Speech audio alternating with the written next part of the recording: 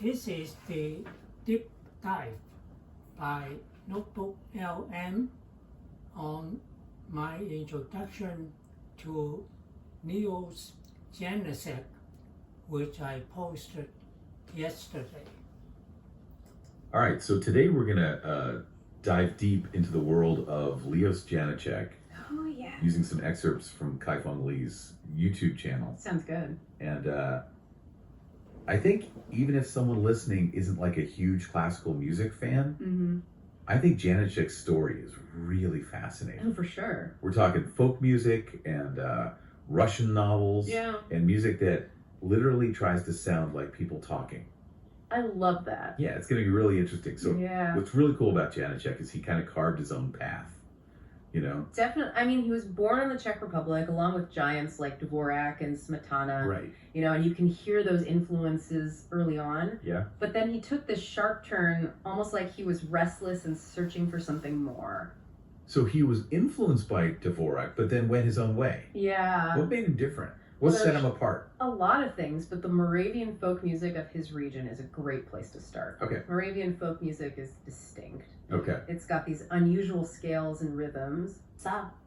Almost asymmetrical at times that Right. give it this raw, earthy energy. Yeah. And Janicek weaves that right into his compositions. Okay. So we've got that like Czech music base, Mm-hmm. but then you mentioned the Eastern European folk music too. Yes. How did that change things? That added another layer of complexity. Okay. Think about it. Eastern European folk music brings completely different scales, harmonies, and instruments to the table. Right. And suddenly you've got this fusion of sounds, this tapestry of influences that makes Janicek's music so unique. Yeah, that makes sense. Yeah. And then on top of all that, there's this speech melodies thing. Oh, yeah. It sounds like he was centuries ahead of his time. Right. So how did he actually do that? It's brilliant, really. Okay. He'd listen to people talking, paying attention to the rises and falls of their voices, the pauses, the little sighs. Wow.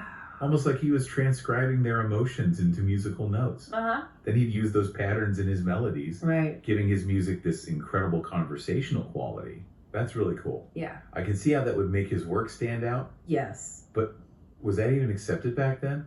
That's a good question. I mean, were audiences ready for something so different? It's interesting because while some embrace his originality, others found it jarring too far from the norm. Yeah. So it wasn't always smooth sailing for Janicek. Right. But that's what makes him so fascinating. He didn't compromise his vision. Definitely. Yeah. You mentioned that Russian literature also played a role in his artistic vision. Huge role. That's such a cool connection. It is. What are some like concrete examples of how that inspiration shows up in his music? Oh, there's so many. Okay.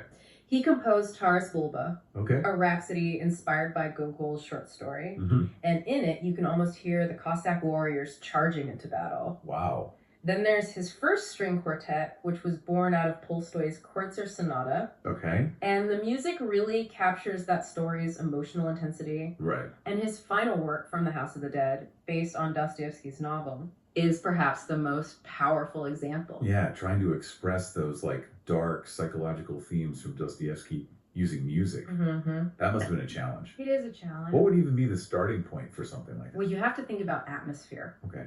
Dostoevsky is all about the human condition, exploring guilt redemption, the weight of existence. Right.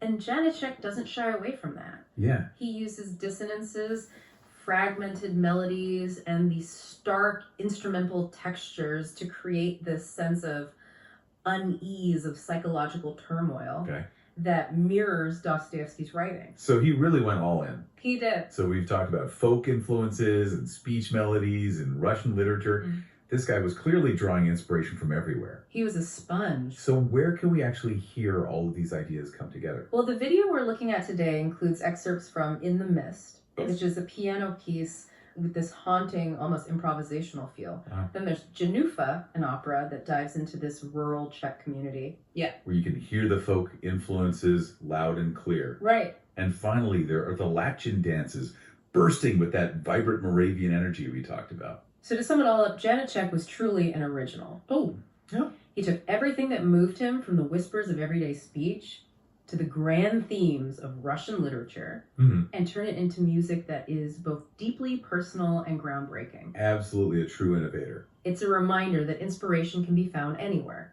It can? And sometimes the most unexpected combinations make the most powerful art.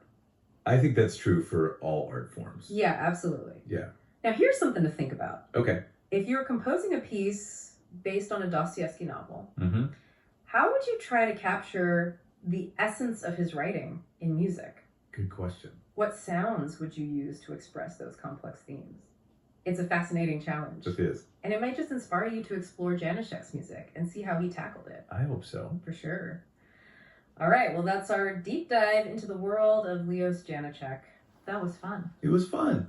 Yeah. Thanks for listening, everybody. Thanks for having me. And no video.